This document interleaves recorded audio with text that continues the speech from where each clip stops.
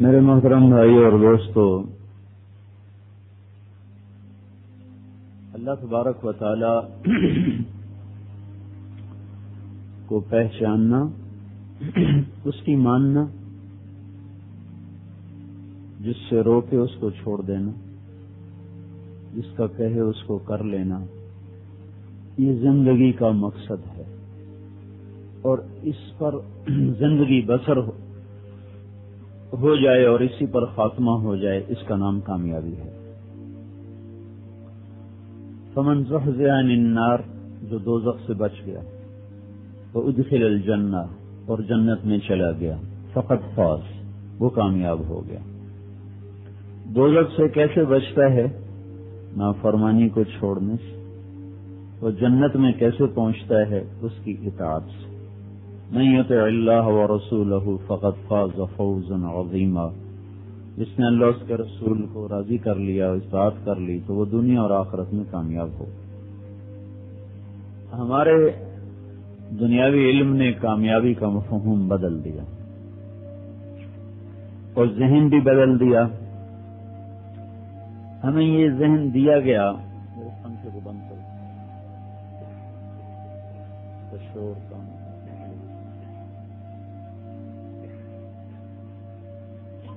ہمیں یہ ذہن دیا گیا بچپن سے، ماں باپ نے بھی دیا، ماحول نے، استادوں نے، جتنی تمہارے پاس دنیا زیادہ ہوگی اتنے تم بڑے آدمی بنو گے اور اتنا تم کامیاب ہو جاؤ گے، زندگی کے مقصد کو پاؤ گے۔ یہ غلط علم ہوا، غلط نتیجے نکلے۔ اللہ اور اس کا رسول اس کے بالمقابل ذہن بناتے ہیں، جتنا اللہ کو راضی کرو گے اتنے کامیاب ہو جاؤ گے،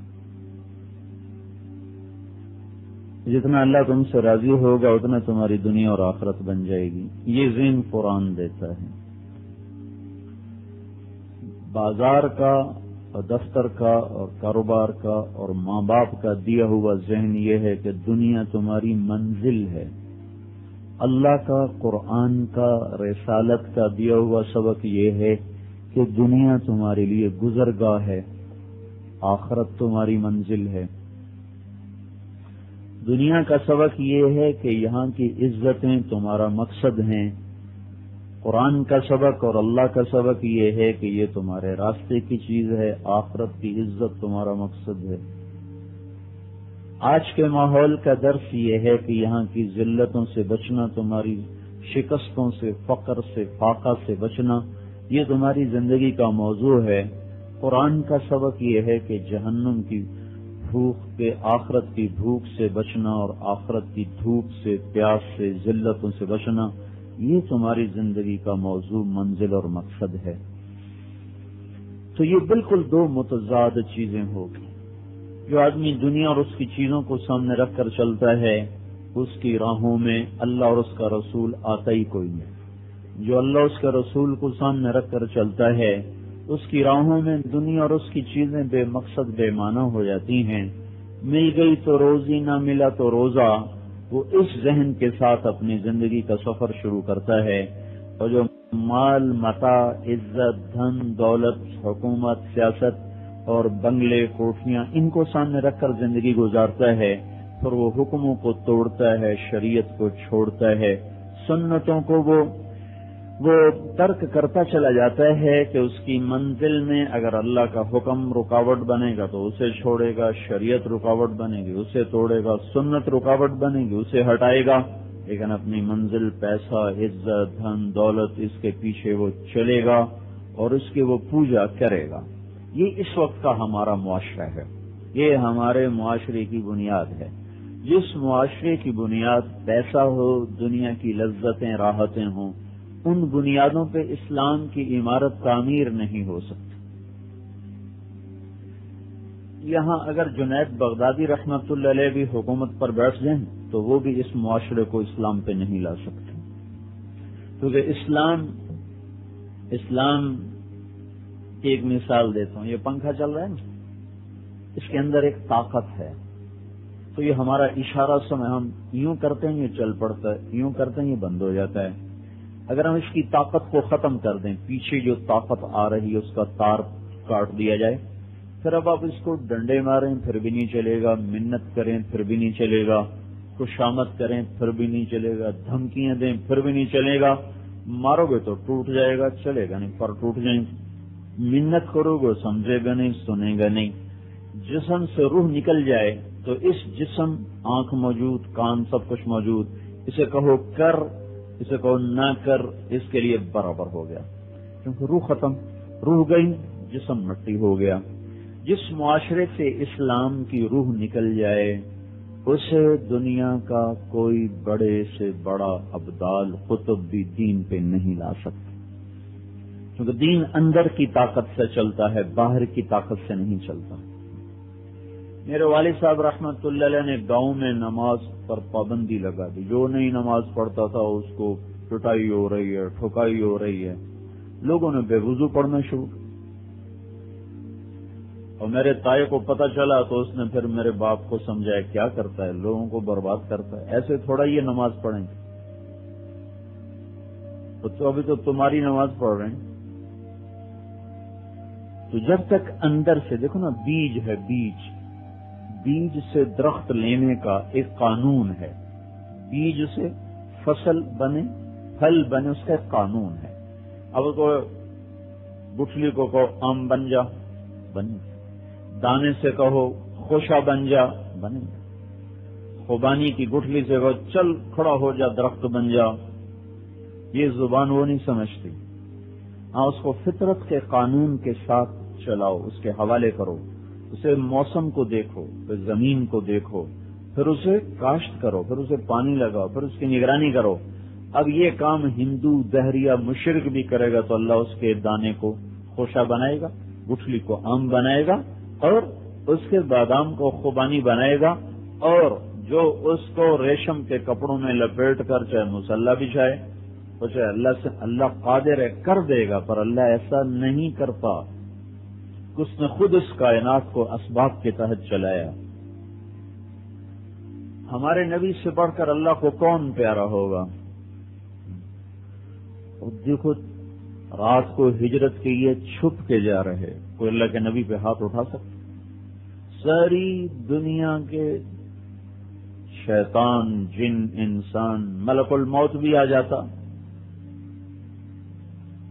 ہاتھ نہیں لگا سکتا۔ ملک الموت پہ بات یاد آئی، جب آپ کے دنیا سے جانے کا وقت آیا تو اللہ تعالیٰ نے جبریل کو بھی بھیجا، ملک الموت کو بھی بھیجا، ایک فرشتے کو بھیجا، تو ملک الموت دروازے پہ کھڑے ہو گئے، اندر نہیں داخل ہو سکے۔ پہلے جبریل اندر گئے اور آ کے عرض کی یا رسول اللہ، ملک الموت دروازے پہ کھڑا ہے، اندر آنے کی اجازت چاہتا ہے، آپ اجازت دیں گے تو اندر آئے گا، ویسے نہیں آ سکتا۔ تو آپ نے کہا اجازت ہے، تو اندر آ گیا۔ میں کہا یا رسول اللہ، جب سے موت کا کام میرے ذمے لگا ہے یہ پہلا موقع ہے کہ اللہ نے کہا اجازت لے کے اندر جانا، بن اجازت نہ جانا۔ تو انہیں مکے والے کیا کر سکتے تھے؟ 100 کی بجائے لاکھ بھی جمع ہوتے، کچھ نہیں کر سکتے تھے۔ تو انہوں نے کہا یا رسول اللہ، جب سے موت کا کام میرے ذمے لگا ہے یہ پہلا موقع ہے، اللہ تعالیٰ نے ارشاد فرمایا پوچھ لینا، آنا چاہیں تو لے آنا، اور اگر رہنا چاہیں تو واپس آ جانا، اب آپ کی مرضی ہے، آپ کہیں گے مجھے چلنا ہے تو میں آپ کی روح قبض کروں گا، اور آپ کہیں گے مجھے رہنا ہے تو میں پھر واپس چلا جاؤں گا۔ تو آپ نے فرمایا اگر میں کہوں تو میری روح بھی نکالو گے؟ کہا جی آپ کی بھی نکالوں گا۔ تو آپ نے کیا کیا ہے؟ رات کے آخری پہر میں اٹھے کہ چھپتے چھپاتے غار سور میں پہنچے، کہ 3 راتیں، 28 کی رات، 29 کی رات، یکم کی رات، سفر کا مہینہ تھا، 29 کا مہینہ تھا، یکم 3 راتیں اور 2 دن آپ نے وہاں جمعہ، ہفتہ، جمعے کی رات، ہفتے کی رات، اتوار کی رات، 3 راتیں گزاری، اور اتوار کی صبح کو آپ وہاں سے راستہ بدل کے گئے ہیں، 8 دن میں آپ مدینہ منورہ پہنچے ہیں۔ یہ سب کچھ کیوں کیا؟ کہ یہ اسباب کا جہان ہے، یہ معجزات کا جہان نہیں ہے۔ جب آپ کو اللہ تعالیٰ نے آسمانوں پہ بلایا تو مکہ سے فلسطین تک تو سواری بھیجی، براق بھیجا، وہ آپ کو مکے سے لے کر بیت المقدس پہنچا، اور جب وہاں سے اوپر جانے کا وقت آیا تو سواری وہیں کھڑی کر دی گئی۔ اوپر آپ بغیر سواری کے گئے کہ وہ اسباب کا جہان نہیں، وہ قدرت کا جہان ہے، وہاں قدرت کو ظاہر کیا گیا۔ دنیا اسباب کا جہان ہے، یہاں براق کو استعمال کیا گیا۔ تو بھائیو، جس سطح پر معاشرہ ہمارا پہنچا ہوا ہے، اس پر کوئی دین کو نافذ نہیں کر سکتا۔ کوئی بڑی سے بڑی سارے علماء حکمران بن جائیں، وہ سارے تہجد گزار وزیر بن جائیں، وہ سارے اللہ سے ڈرنے والے مشیر بن جائیں، یہ معاشرہ دین پہ نہیں آ سکتا جب تک ان کے اپنے اندر ایمان کی جوت نہ جگے، جب تک ان کے اپنے اندر ایمان کی شمع فروزہ نہ ہو، جب تک ان کا اپنا دل اللہ کو نہ چاہے، اوپر سے انہیں کوئی نہیں دین پہ لا سکتا۔ یہ بغیر وضو کے نمازیں پڑھیں گے، نماز نہ پڑھ کے تو آدمی فاسق ہوتا ہے، اور اس طرح نماز کا مذاق اڑانے سے آدمی کافر ہوتا ہے۔ نماز کا مذاق، دین کے کسی حکم کو چھوڑنے سے آدمی کافر نہیں ہوتا، فاسق، لیکن کسی حکم کا مذاق اڑائے تو مذاق اڑانے سے کافر ہو جاتا ہے۔ تو بھائیو،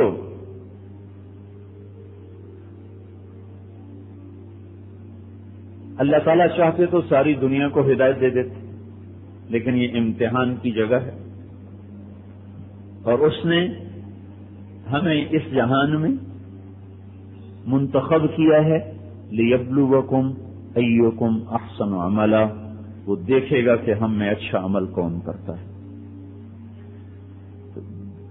تو دین پر چلنے کے لیے اندر کی طاقت ہے، اور سب سے پہلی چیز وہ ایمان ہے، جس کا بول ہے لا الہ الا اللہ، یہ پہلا بول ہے۔ جب وہ اندر میں اترتا ہے تو ایمان بن جاتا ہے، زبان پہ ہوتا ہے تو کلام ہے، تو وہ اندر میں جاتا ہے تو ایمان ہے۔ پھر جب اعضاء و جوارے اس کے مطابق کام کرتے ہیں تو وہ تصدیق بن جاتا ہے کہ وہ سر سے لے کر پاؤں تک، اندر سے لے کر باہر تک جب وہ لا الہ الا اللہ میں ڈھل جاتا ہے، اب ساری دنیا کے فرعون مل کر اس کو گمراہ نہیں کر سکتے، اور جب اندر سے ایمان کی شمع بجھ جاتی ہے تو ساری دنیا کے نیک پاک اس کو راہ راست پہ لا نہیں سکتے جب تک یہ اپنا ارادہ نہ کرے۔ اللہ کے نبی سے بڑھ کے کس کی نظر ہوگی؟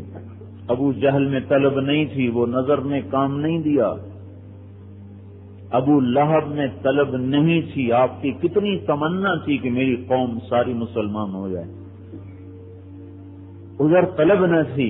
آپ جیسی توجہ کون ڈال سکتا ہے؟ آپ جیسی نظر اللہ تعالیٰ کس کو دے؟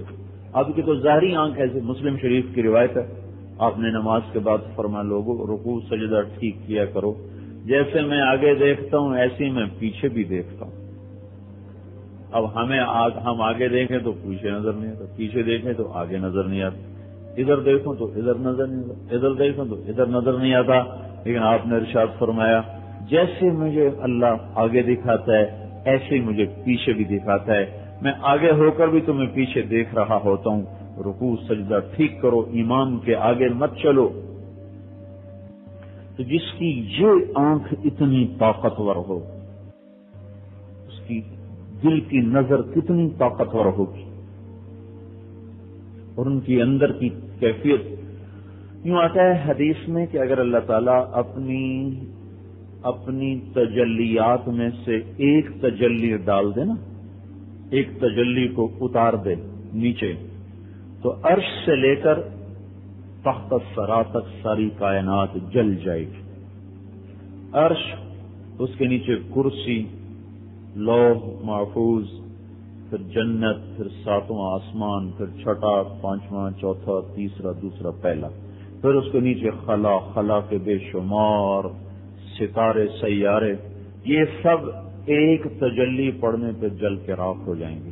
جب اللہ تعالیٰ نے اپنے نبی کو اٹھایا تو ساتواں آسمان پار کروائے، سدرۃ المنتہا پار کروایا، پھر عرش پار کروایا، پھر اوپر 70,000 نور کے پردے اٹھائے اور اپنا آپ آشکارا فرما کر فرمایا ادن منی، میرے قریب ہو جاؤ، میرے قریب ہو جاؤ. اور تجلیات ایک نہیں، اب کروڑوں تجلیات پڑ رہی ہیں اور ساری سینے میں ہضم ہو رہی ہیں. تو معلوم ہوا کہ آپ کے سینے کی وسعت عرش، لوح، قلم، کرسی، آسمان، زمین، چاند، تارے، ستارے، سیارے کٹھے یوں جوڑ دیے جائیں تو ان کی وسعت تھوڑی ہے، ہمارے نبی کے سینے کی وسعت زیادہ ہے. اتنا وسیع سینہ، اتنا وسیع ظرف. بنو حنیفہ کو آپ نے دعوت دی کہ میری مان لو کامیاب ہو جاؤ گے. تو ایک بوڑھا کہنے لگا بنی عمرو ابن صعصع. تو ایک بوڑھا کہنے لگا تیری قوم نے تیری بات کو مانا؟ تو آپ نے ارشاد فرمایا ہم اول من کذبنی، سب سے پہلے میری قوم ہے جس نے مجھے جھٹلایا ہے. تو بوڑھا کہنے لگا جب تیری قوم نے تیری نہیں مانی تو ہم تیری کہاں سے مانیں؟ تو بھائیو، پہلی اگر ایمان چاہتے ہیں ہم اور دین پہ آنا چاہتے ہیں، دین کے بغیر نجات کو نہیں، اللہ کی قسم، نہ اس جہان میں نہ اس جہان. تو ہر مسلمان کو محنت کرنی پڑے گی. میں آپ سے کہوں سارے اپنی پیاس دور کر لو تو میرے حکم سے آپ کی پیاس دور ہوگی. میں کہوں سارے بھوک دور کر دو تو کیا میرے حکم سے آپ کی بھوک دور ہو جائے گی؟ آپ جب تک روٹی نہیں کھاتے بھوک دور نہیں، پانی نہیں پیتے پیاس دور نہیں. جب تک ایمان کی محنت نہیں کریں گے ایمان اندر میں نہیں آئے گا. میں آپ سب سے کہوں تم کل تک ڈاکٹر بن جاؤ ورنہ تمہاری گردنیں اڑا دوں گا، کیا یہ ممکن ہے کہ آپ ڈاکٹر بن جائیں کل تک تم سارے عالم، فاضل، فقیہ، محدث بن جاؤ ورنہ تمہاری گردنیں اتار دوں گا، کیا یہ ممکن ہے؟ میرے بھائیو، جیسے یہ ناممکن ہے کہ کل تک میں اور آپ ڈاکٹر نہیں بن سکتے، اس سے زیادہ ناممکن ہے کہ اس معاشرے سے کہنا کہ کل تک تم سورے جنید بغدادی بن جاؤ اور عورتیں رابعہ بصری بن جائیں، سارے متقی پرہیزگار بن جاؤ. کوئی ایسی شعبدہ بازی اسلام میں نہیں ہے کہ ادھر سے ڈالا زانی شرابی اور ادھر سے نکالا جنید بغدادی. ایسی شعبدہ بازی اسلام میں کوئی نہیں. دیکھو تو اللہ کو پانے والوں نے کتنی مشقتیں اٹھائی ہیں، کیسے جان جوکھوں میں ڈالی ہے اور کیسے در در کی ٹھوکریں کھائی ہیں، اور کس طرح ان کا رواں دکھا ہے اور تھکا ہے اور در سے بے در ہوئے ہیں، تب جا کر اللہ کا تعلق نصیب ہوا ہے. تو تبلیغ میں سب سے پہلی محنت بھائیو لا الہ الا اللہ پہ محنت کرو. اللہ تعالیٰ کے نبی کا جو سب سے بڑا احسان ہے انسانیت پر کہ انہوں نے اللہ کا تعارف کروایا. دو نسبتوں پہ اگر غور کریں تو وہ بالکل ختم ہو. بندے اور رب کا صحیح تعلق، بندے اور رب کا صحیح تعلق اور بندے اور رب کے تعلق میں مضبوطی اور دوام اور استحکام، یہ دو باتیں ختم ہو چکی تھیں. جتنی دنیا کا کافر تھا پتھر پوج رہا تھا، جو اہل کتاب تھے تو انہوں نے انسانوں کو خدا بنایا ہوا تھا.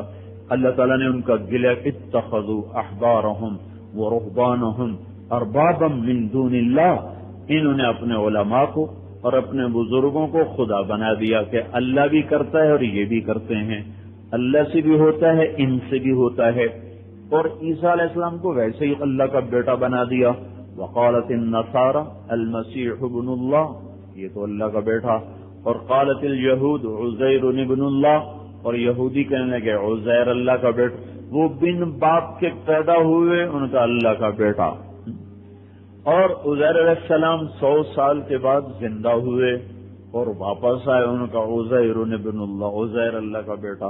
وہ تو اللہ نے قدرت دکھائی جا رہے تھے. فلسطین کی بستی بخت نصر کی قتل و غارت سے تباہ ہوئی پڑی تھی، ان کو خیال آیا یہ ساری کیسے آباد ہوگی، کیسے یہ برباد آباد ہوں گے. تو اللہ تعالیٰ نے نقد و نقدی سمجھا دیا. وہ تو نبی تھے، وہ جا رہے تھے سفر میں تو ایک دم تھکاوٹ ہونے لگی، گدھے کو ایک طرف کھڑا کیا، درخت کے نیچے باندھا، ایک وہ کھنڈر سا تھا تو وہاں ایک ٹوٹی دیوار سے ایسے ٹیک لگائی، روٹی نکالی، برتن میں ڈالی، انگور تھے ان کا رس نچوڑا، کپڑے میں انگور ڈال کر اس کو ایسے نچوڑ کر روٹی میں ڈالا تو روٹی انگور کے رس میں تر ہو گئی۔ تو یوں ایسے دیوار سے ٹیک لگائی اور آگے سامنے ایک دیوار تھی، اس پہ ایسے ٹانگیں رکھی، اس طرح ایسے ٹانگیں رکھی اور تھوڑا سا یوں ہو کے ایسے میں ذرا ٹیک لگا لوں، اتنے میں رس روٹی میں تر ہو جائے گا اور روٹی نرم ہو جائے گی، پھر میں کھا لوں گا۔ فَأَمَاتَهُ اللَّهُ مِئَةَ عَامٍ، اللہ نے وہیں روح نکال لی، ایسے ہی پڑے ہوئے 100 برس گزر گئے، نہ کسی کی نظر پڑنے دی، نہ موسموں کو اجازت دی اثر کرنے کی، نہ حشرات الارض سانپ بچھوؤں کو اجازت دی، نہ شیر چیتوں کو اجازت دی ان کے قریب پھٹکنے کی۔ ثم بعث، 100 سال کے بعد اٹھایا، آنکھ کھلی، دیکھا تو روٹی نرم ہو چکی ہے۔ کم لبثت عزیر، کتنا سوئے، کتنا ٹھہرے، کم لبثت، کتنا ٹھہرے، کہنے کہ یومن، لگتا ہے اللہ نیند زیادہ آ گئی تھی، دن ہی گزر گیا پورا۔ پھر سورج دیکھا تو پہلے ادھر تھا تو تھوڑا ادھر ہو گیا تھا، کہنے کہ نہیں یا اللہ ابھی تو دن بھی نہیں گزرا، بعد یومن، یہ کوئی 5-6 گھنٹے ہوئے، آدھا دن۔ تو اللہ تعالیٰ نے کہا بل لبثت 100 عام، آدھا دن نہیں تو 100 سال یہاں پڑا ہے۔ کہ یا اللہ آپ کیا کہہ رہے ہیں، کیا کہہ رہے ہیں، یا اللہ آپ کیا کہہ رہے ہیں؟ فَفَانظُرْ إِلَىٰ طَعَامِكَ وَشَرَابِكَ لَمْ يَتَصَنَّ، روٹی دیکھ کوئی ذائقہ بدلا ہے، انگور کا رس، انگور تو جلدی جھاگ چھوڑتا ہے، اس لیے تو سب سے اچھی شراب انگور سے بنتی، جلدی جھاگ چھوڑتا ہے۔ دیکھو ذرا انگور کا رس ذائقہ بدلا ہے، روٹی کا ذائقہ بدلا ہے، جو پانی تو نے سفر میں لیا تھا اس کو دیکھو کیا اس کا ذائقہ بدلا ہے، اور گدھا جو 4 دن برداشت کرتا ہے، کہاں گیا تیرا گدھا کا، یعنی تو تھا پتہ نہیں کہاں گیا، وانظر الی حمارک، کہاں گیا تھا یہ پتہ نہیں کہاں گیا، وَلِنَجْعَلَهُ آیَةً لِلنَّاسِ، ابھی دیکھو تو نشانی بناؤں گا، وانظر الی العظام، ابھی دیکھنا ہڈیاں یہ پڑی ہیں نا کہ یہ تیرے گدھے کی ہڈیاں ہیں، انہوں نے سمجھا کوئی اور کہیں یہ تیرے گدھے کی ہڈیاں، کیف ننشزها، تم دیکھو میں انہیں کیسا اٹھاؤں گا، ثم نکسوها لحما، پھر انہیں گوشت پہناؤں گا، تو دیکھنا تیرے سامنے ہوگا، ٹھک ٹھک ٹھک، جیسے اینٹیں نہیں جڑتی، مستری اینٹیں جوڑتا ہے تو یوں لگا جیسے کوئی غیبی مستری ہے جو ہڈیوں کو کٹھا کر رہا، ٹک ٹک ٹک ٹک ٹک، جوڑ جڑتے گئے، ہڈیاں چڑھتی گئیں اور پسلیاں بنتی گئیں اور ساری ریڑھ کی ہڈی کے مہرے بنتے گئے، گردن کے کھوپڑی کے سارا کچھ ڈھانچہ ایسے دیکھ رہے، حیران ہو رہے، پریشان، یہ کیا، پھر ایک دم اس کے اوپر ہواؤں میں سے اڑتی ہوئی آئی کھال اور گوشت چڑھا، پھر کھال چڑھ پہ ایک دم گدھے نے آنکھیں کھولی، کان ہلائے، دم ہلائے، زور سے نعرہ لگایا اپنی خوبصورت آواز میں، ان انکر الاصوات لصوت الحمیر، اپنی اسی بھدی آواز کا عزیر پتہ چل گیا تیرا رب کیسا ہے۔ فلما تبین له قال اعلم ان اللہ علی کل شیء قدیر، بس میرے مولا مجھے سب سمجھ میں آئے گا، تو ہی تو ہے، تیرے سوا کچھ نہیں ہے۔ آج جب وہ واپس آئے تو وہ تو ایک اللہ کی قدرت ان کو ہو، عزیر ابن اللہ، یہ تو اللہ کا بیٹا ہے، اور عیسائیوں نے کہا عیسیٰ اللہ کا بیٹا، 3 خدا بنا دیے، اور اپنے علماء کو، اپنے بزرگوں کو خدا بنا دیا۔ تو اللہ سے جو بندے کا تعلق تھا، اللہ کی جو پہچان کا تھا، صرف پہچاننا، وہ بالکل ختم۔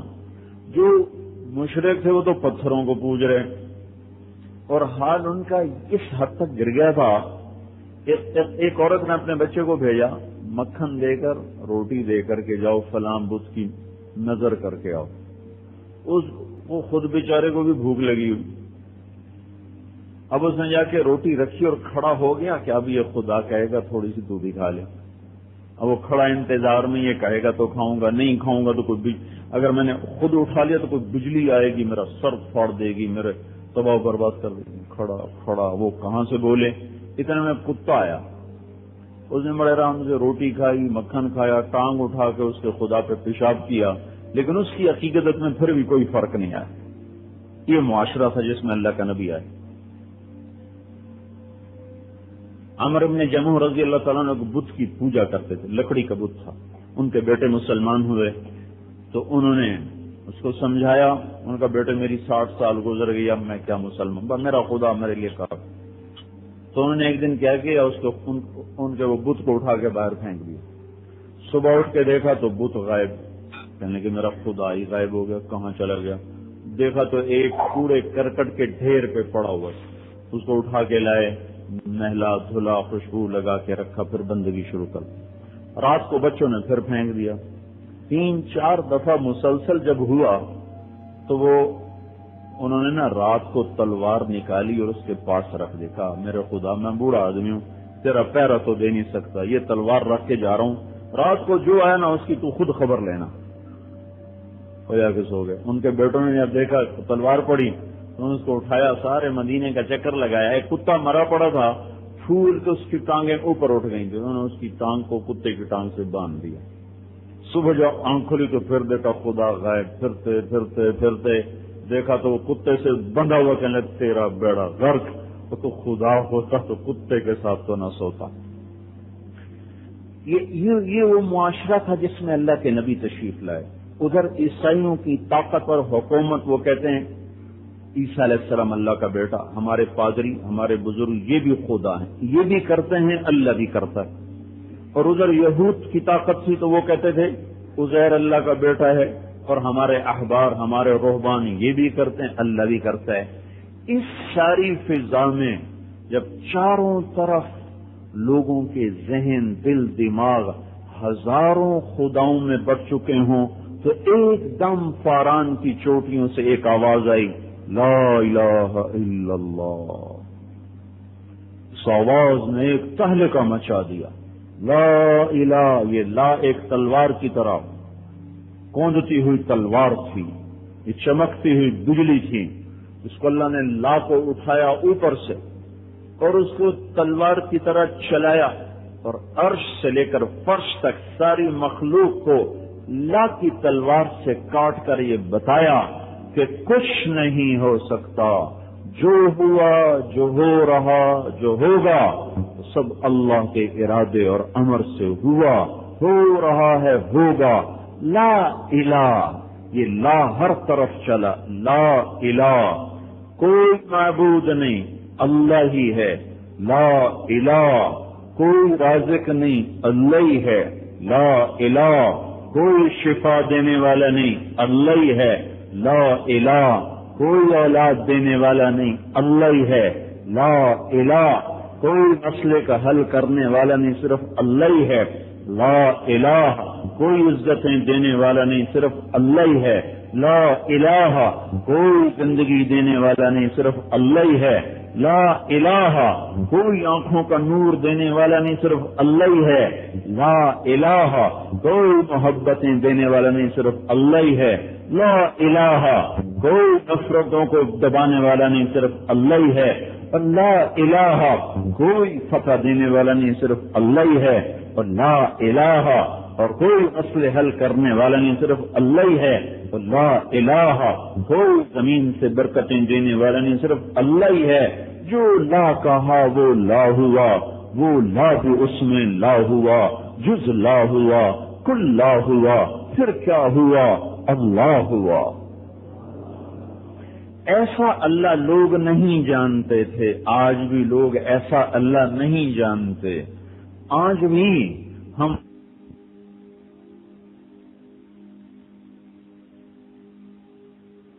کا پتا، باپ دادے کا پتا، تیرا رب کیسا ہے، پیو کون ہے، دادا کون ہے، نسب کیا ہے، حسب کیا ہے، تو قبل اس کے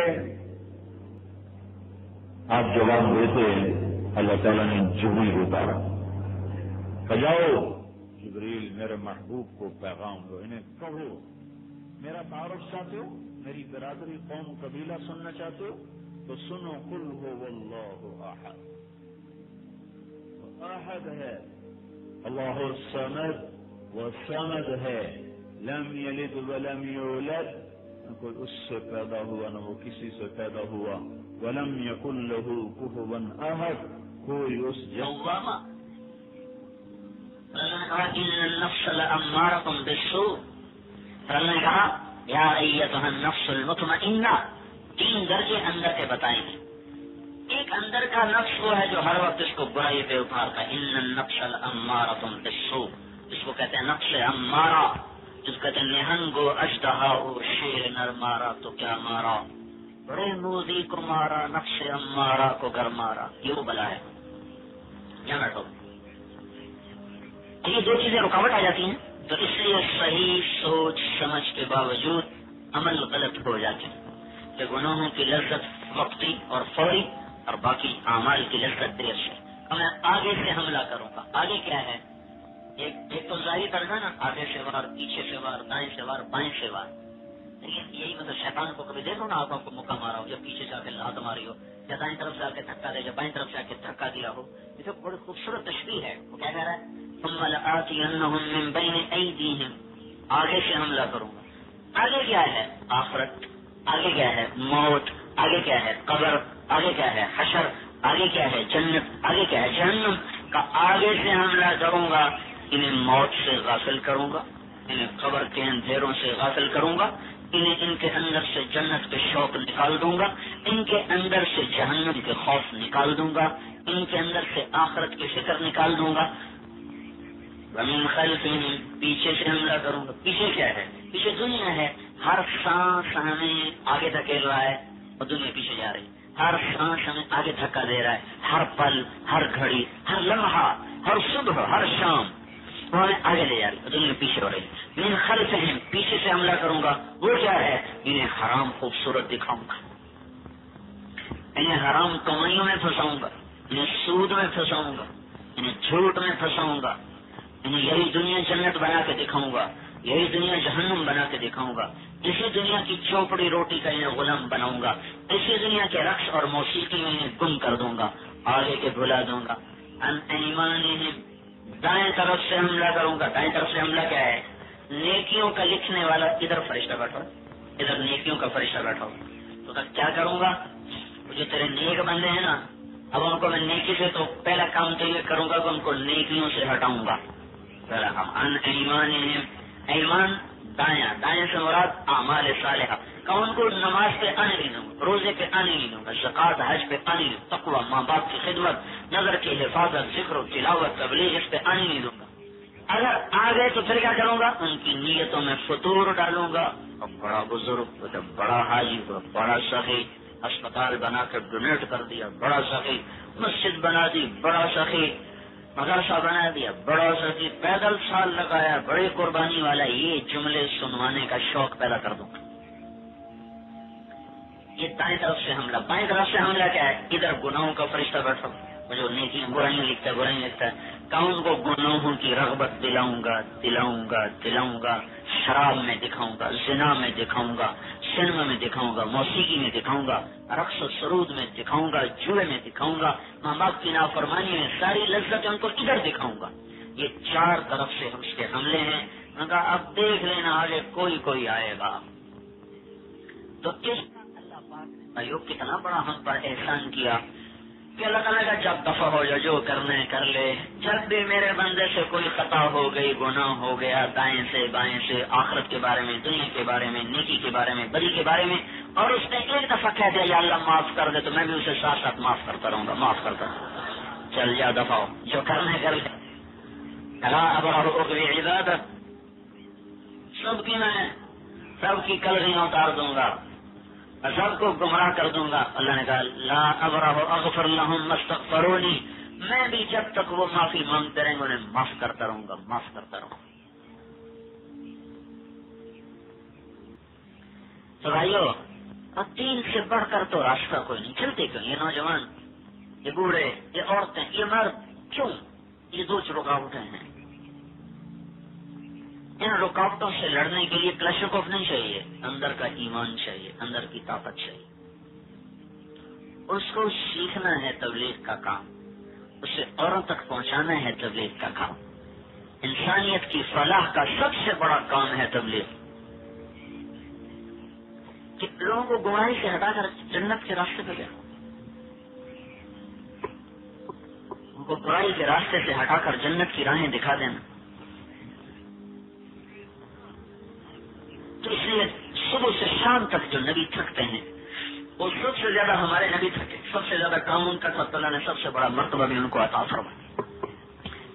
سید المرسلین، سارے نبیوں کا سردار، رحمت للعالمین، سارے جہانوں کی رحمت. وما ارسلناک الا کافۃ للناس، سارے جگ جہان کے لیے رسول بنا کر بھیجا. آپ نے ارشاد فرمایا اللہ تعالیٰ نے مجھے وہ چیزیں عطا کی ہیں جو کسی نبی کو نہیں عطا کی. اللہ تعالیٰ نے مجھے سورۃ فاتحہ عطا کی جو کسی کو نہیں عطا کی. اللہ تعالیٰ نے مجھے سورہ بقرہ کا آخر عطا فرمایا جو کسی کو نہیں عطا فرمایا. اللہ تعالیٰ نے مجھے انجیل کے تورات کے بدلے میں اللہ نے مجھے سورۃ فاتحہ عطا فرمایا. اوتیت المثانی مکان التوراۃ، اللہ تعالیٰ نے انجیل کے بدلے میں مجھے سورۃ مائدہ عطا فرمائی. والمائدہ مکان الانجیل، اللہ تعالیٰ نے زبور کے بدلے میں مجھے حامیم کی صورتیں عطا فرمائی. 7 صورتیں حامیم حامیم حامیم سے اکٹھی اوپر نیچے آتی. اور فضلت بالمفصلات، اور باقی قرآن کے ذریعے سے اللہ نے مجھے سارے نبیوں پر عزت بخشی، فضیلت بخشی، درجہ عطا فرمایا. جنت کی چابی اللہ نے میرے ہاتھ میں دی قیامت کے دن. الی مفاتیح الجنت یوم القیامہ، قیامت کے دن جنت کی چابی میرے ہاتھ میں ہوگی. یطوف علی الف خادم کانہم لؤلؤ مکنون، میں جہاں کھڑا ہوں گا میدان محشر میں، میرے چاروں طرف جنت کے 1000 غلام پہلے پہنچا کر میرے دائیں بائیں کھڑے کر دیے جائیں گے. وہ مجھے نمایاں کر رہے ہوں گے. وہ آخری رسول کھڑے ہوئے جن کے طرف 1000 جنت کے غلام پہلے جنت سے نکال کر وہاں پہنچا دیے جائیں گے، جو آپ کے چاروں طرف حالہ بنا کے کھڑے ہوئے ہوں گے. اور آپ نے کہا انا خطیبہم اذا انصتوا، اور اس میدان محشر میں کوئی دم نہیں مار سکے گا، نہ کوئی نبی، نہ رسول، نہ فرشتہ، نہ کوئی ولی، نہ کوئی غوث، نہ کوئی صدیق، نہ کوئی ابدال، نہ کوئی عالم، نہ کوئی مجاہد، نہ کوئی شہید، نہ کوئی غازی. الا انا، سوائے میرے اس دن کوئی نہیں بول سکے گا، صرف میں بولنے والا ہوں گا، باقی خاموش ہوں. پھر جب آپ کی شفاعت ہوگی تب جا کے آگے لوگوں کو بولنے کا حق ملے گا. پھر آپ نے کہا انا مبشرہم اذا ایسوا، انا شافعہم اذا حبسوا، انا قائدہم اذا وفدوا، انا خطیبہم اذا انصتوا. لوگ اللہ کی طرف چلیں گے تو میں آگے قائد بن کے چلوں گا، لوگوں کے قدم جکڑے جائیں گے تو میں شفاعت کروں گا. لوگ مایوسی میں ڈوب رہے ہوں گے، میں خوشخبریاں سناؤں گا. لوگ کی زبانوں پہ تالے ہوں گے، میں بولنے والا ہوں گا. میری شفاعت پر اللہ کا حساب کا نظام چلے گا. آپ کی شفاعت سے پل صراط پار ہوگا، اور آپ ہی کی شفاعت سے جنت کا دروازہ کھلے گا، اور آپ ہی کی شفاعت سے جنت میں داخلہ ہوگا. آپ نے فرمایا سارے نبیوں پہ جنت حرام ہے جب تک میں نہ داخل ہو جاؤں، اور ساری امتوں پہ جنت حرام ہے جب تک میری امت نہ داخل ہو جائے. تو بھائیو، دین، پانی کے بغیر زندگی جیسے ناممکن ہے، اللہ کی قسم دین کے بغیر زندگی ناممکن ہے. اس لیے انبیاء محسن اعظم اور محسنوں کے محسن محمد الرسول اللہ صلی اللہ تعالی علیہ وسلم، سارے نبیوں پر مہر لگا دی آپ کی نبوت کی. جب آپ نے معراج میں سب کو نماز پڑھائی اور مصلی پہ جبریل نے آپ آگے تشریف لے چلے، نماز آپ نے پڑھائی، سارے مقتدی بنے، تو آپ نے فرمایا انا نبی الانبیاء. نبی تو امتوں کی طرف آتے ہیں، نبی کا کوئی نبی نہیں ہوتا، لیکن آپ نے فرمایا میں سارے نبیوں کا بھی نبی ہوں، سارے نبیوں کا نبی بنا تھا. تو چونکہ آپ آخری تھے، آپ کے بعد کوئی آنے والا نہ تھا، اور آپ پر اللہ تعالیٰ نے نبوت کو ختم فرمایا، تو اللہ تعالیٰ نے وہ خیر خواہی کا کام، وہ پانی کی سپلائی کا کام، واٹر سپلائی، دین سپلائی انبیاء کرتے تھے، تو اللہ تعالیٰ نے وہ محنت اس امت کی طرف منتقل فرما دی. تو تبلیغ اس امت کا اجتماعی کام ہے، نہ کہ تبلیغی جماعت کا کام. آپ نے کہا فلیبلغ الشاہد الغائب، میرا پیغام دنیا میں آگے پہنچانا تمہارے ذمے ہے. یہ حدیث متواتر ہے. حدیث متواتر ذخیرہ ہے حدیث میں تھوڑی سی. حدیث متواتر کس کو کہتے ہیں؟ جس حدیث کو صحابہ میں سے 10 آدمی روایت کریں، 10 کم از کم اور 10 سے زیادہ جتنے بھی ہو جائیں، تو جس حدیث کو صحابہ میں سے 10 صحابی روایت کر رہے ہوں یا اس سے زیادہ کر رہے ہیں تو اس کو حدیث متواتر کہتے ہیں. حدیث متواتر اور قرآن کی آیت کا ایک درجہ ہے. ایک درجہ ہونے کا کیا مطلب ہے؟ کوئی قرآن کی ایک آیت کا انکار کر دے تو کافر ہو جاتا ہے، کوئی حدیث متواتر کا انکار کر دے تو وہ کافر ہو جاتا ہے. کسی اور حدیث کا انکار کرے تو کافر نہیں ہوتا، فاسق ہوتا. لیکن اگر حدیث متواتر کا انکار کرے تو کافر ہو جاتا ہے. جیسے قرآن کی آیت سے حکم ثابت ہوتا ہے قطعی، حدیث متواتر سے حکم ثابت ہوتا ہے قطعی. تو یہ حدیث متواتر ہے جس کو آپ نے مینا میں کہا فَلْيُبَلِّغِ الشَّاهِدُ الْغَائِبُ، میرا پیغام آگے پہنچا دو. 10 تاریخ کو کہا، 11 تاریخ کو کہا، اور 11 تاریخ کو یہ سورت اتری تھی اذا جاء نصر اللہ والفتح. اس میں اس لیے آخری صورت ہے قرآن، اس کے بعد کوئی صورت نہیں اتری، چند آیات اتری ہیں، یہ آخری صورت. اس کے بعد صورت کوئی نہیں ہے، یعنی مکمل صورت. تو اس میں اشارہ تھا کہ وَاسْتَغْفِرْهُ، بس آپ اب کوچ کریں، آپ کا وقت آ چکا ہے. اور اس سے پہلے خود آپ نے اشارہ کر دیا تھا جب وہ اونٹ لائے گئے قربانی کے لیے تو 100 اونٹ کے ہرکلیز لائے تھے. 5 اونٹ سامنے، 5 اونٹ آگے کر دیا جاتے، اس میں سے 1 اونٹ آپ کے سامنے کیا جاتا پھر آپ اس کو ذبح کر دیں. تو لوگوں نے عجیب تماشا دیکھا، جب 1 اونٹ آگے آ جاتا تھا نا ذبح ہونے تو پچھلے 4 اونٹ ایک دوسرے کو مارنا شروع کرتے کہ میرا نمبر پہلے لگ جائے، میرا نمبر پہلے لگ جائے، میں پہلے ذبح ہو جاؤں. اور ساری دنیا میں دیکھ لو جانور پیچھے بھاگتا ہے، میرا نمبر نہ لگے اگلے گلے. اور پہلی اور آخری مرتبہ یہ تماشا کائنات نے دیکھا کہ جب 1 اونٹ آگے جاتا تو پچھلے 4 لڑنا شروع کر، میں آگے بڑھ کے ذبح ہو جاؤں، میں آگے بڑھ کے ذبح ہو جاؤں. تو آپ نے 63 اونٹ ذبح کرنے کے بعد پرچہ پھینک دیا. تو خود اشارہ تھا کہ بس میرے 63 سال ہیں، جانے کا وقت قریب. اوپر سے اللہ کی تصدیق بھی آ گئی، پھر آگے کی تیاری کریں. اب آپ آگے کی تیاری مطلب ہے کہ بس اب آپ وصیت پوری کر دیں امت کو. تو آپ نے 11 تاریخ کا جو خطبہ دیا ہے یہ عرفات کے خطبے اور 10 تاریخ کے خطبے سے زیادہ عظیم الشان اور زیادہ لمبا ہے. اور جب آپ عرفات میں خطبہ دے رہے تھے تو اس کو مجمع سر سامنے تھا، سامنے آپ کی آواز جا رہی تھی.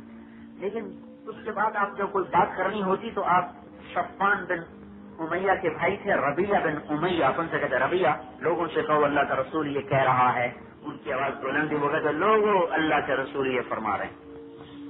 لیکن 11 تاریخ کا جب آپ نے خطبہ دیا تو سارے لوگ سامنے نہیں، کچھ خیموں میں تھے، کسی کا خیمہ پہاڑی پر، کسی کا دامن میں، کسی کا دائیں کسی کا بائیں. تو آپ کی آواز اتنی بلند ہو گئی کہ ساری مینا کی وادی آپ کی آواز سے گونج رہی تھی، اور قریب والا دور والا آپ کی آواز کو برابر سن رہا تھا. اور اس میں یہاں آپ نے کہا عسى اللہ تلقونی بعد عامی ھذا لعلی لا اراکم بعد عامی ھذا. لو آج میری تمہاری آخری ملاقات،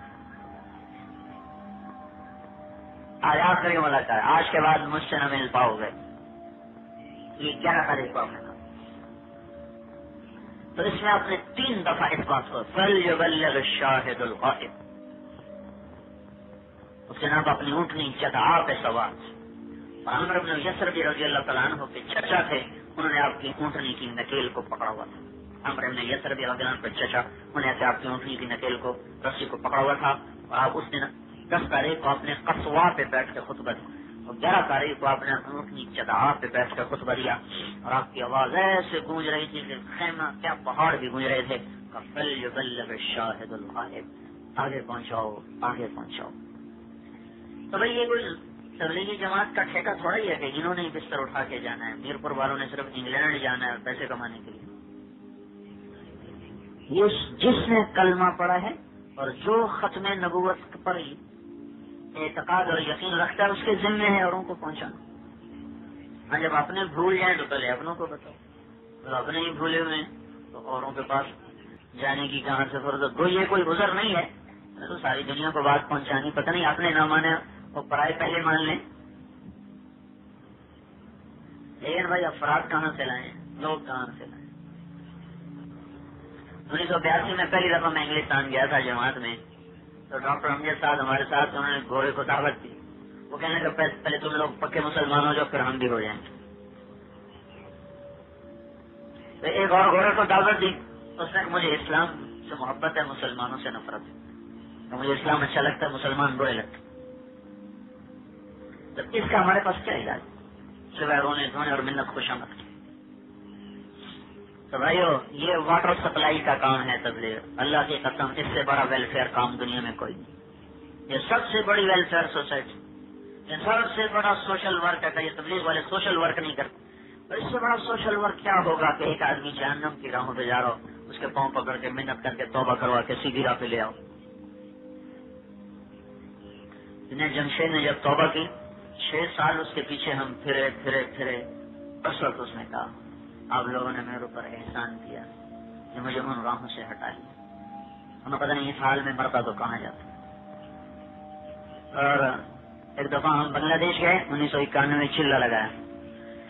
تو ہمارے بھائی افضل صاحب ان کو کچھ گونگوں کی زبان آتی ہے, اشاروں کی. تو انہوں نے ایک آدھ گونگے کو نا ڈھونڈ ڈانٹ کے کہیں سے پکڑ لیا.